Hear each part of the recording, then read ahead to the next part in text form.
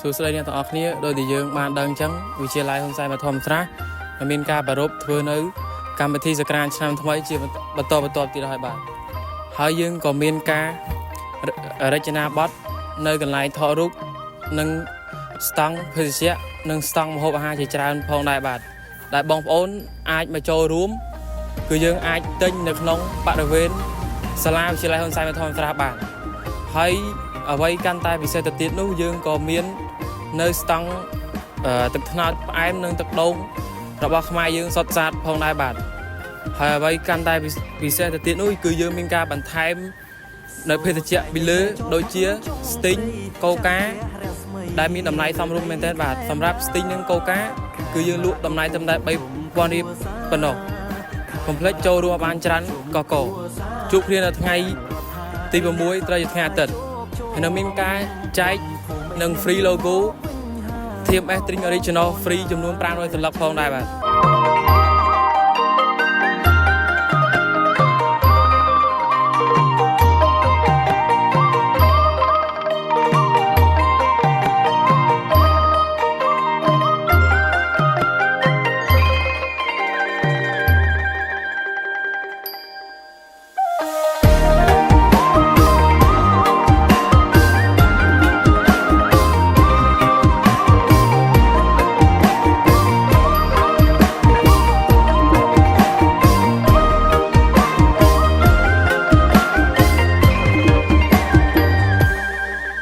សូសែងឯណែចូលផុតចុងព្រៃចាំងជះរស្មី